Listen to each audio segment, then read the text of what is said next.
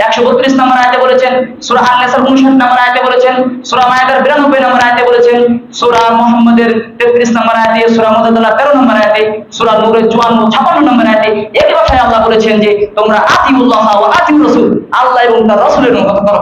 তাই যদি আমরা কেন আল্লাহ কোরআনে এতবার বললেন 23 জায়গার উপরে আল্লাহ বলছেন যে তোমরা আল্লাহ এবং তার রাসূলের অনুসরণ করো, তাহলে আমরা যদি আল্লাহ এবং তার রাসূলের অনুগত করি, আতিউল্লাহ ওয়া আতিউর রাসূল, তিনি কিভাবে ঈদুল ফিতর উদযাপন করেছেন, তিনি কিভাবে কুরবানির দিন উদযাপন করেছেন, কুরবানির পশু কিভাবে ক্রয় করেছেন, যদি আমরা রাসূল সাল্লাল্লাহু আলাইহি ওয়াসাল্লাম এবং আল্লাহকে অনুসরণ করি, তাহলে আমাদের সবকিছুই কি হয়ে যাবে, সবকিছু আমাদের জন্য আসান হয়ে যাবে, কষ্টকর হবে না। তাই আমাদের নবী সাল্লাল্লাহু আলাইহি ওয়াসাল্লামকে অনুসরণ করতে হবে।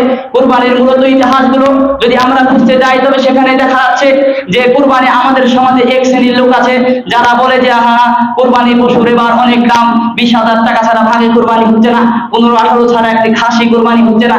এটি আল্লাহ সুবহানাহু ওয়া তাআলা কি আমাদের মুহাম্মদী উম্মতের উপরে জবরদস্তি করেছেন? আল্লাহ সুবহানাহু ওয়া তাআলা কি আমাদের উপরে কষ্টকর করে দিয়েছেন? আল্লাহ কি আমাদের উপরে কুরবানির বিধান জারি করেছেন, না অন্যান্য উম্মতের উপরে কুরবানির বিধান জারি করেছেন?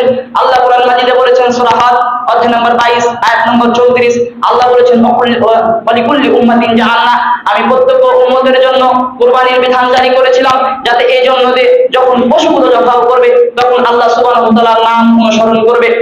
আর আল্লাহ বলছেন যে আমি তোমাদের জন্য এই পশুগুলোর মধ্যে রিজিক নির্ধারণ করেছি। এরপর আল্লাহ বলছেন ফাইলাহুকুম ইলাহু ওয়াহিদ, জেনে রাখো তোমাদের উপাসনা, তোমাদের প্রতিপালক একমাত্র রিজিকদাতা, একমাত্র পালনকর্তা আল্লাহ সুবহানাহু ওয়া তাআলা, তার কাছে আত্মসমর্পণ করো, বিনয়ীদের সুসংবাদ দাও। তাহলে কোরআন বলছেন প্রত্যেক উম্মতের কাছে কুরবানির বিধান ছিল, তবে ওই সমস্ত কিছু কিছু উম্মতের কুরবানির বিধানের কথা আমাদের জানানো হয়নি। আল্লাহ সুবহানাহু ওয়া তাআলার হুকুমে যেমন আদম আলাইহিস সালাম দুই পুত্র কাবিল ও হাবিলের কুরবানির যে ইতিহাস গড়পতন আছে, এখান থেকে কুরবানির ইতিহাসের গড়পতন চলে আসছে, যা সূরা মায়েদা 5 নম্বর সূরার 27 নম্বর আয়াতে উল্লেখ করা আছে।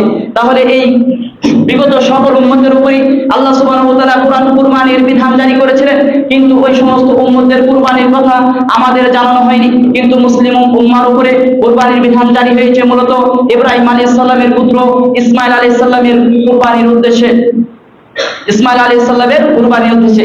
তাই আমাদেরকে অনুসরণ প্রত্যেক ব্যক্তির উপরে, অর্থাৎ আদম আলাইহিস সালামকে সৃষ্টি করার পর থেকে গবাদি পশু দ্বারা কুরবানি চলে আসছে।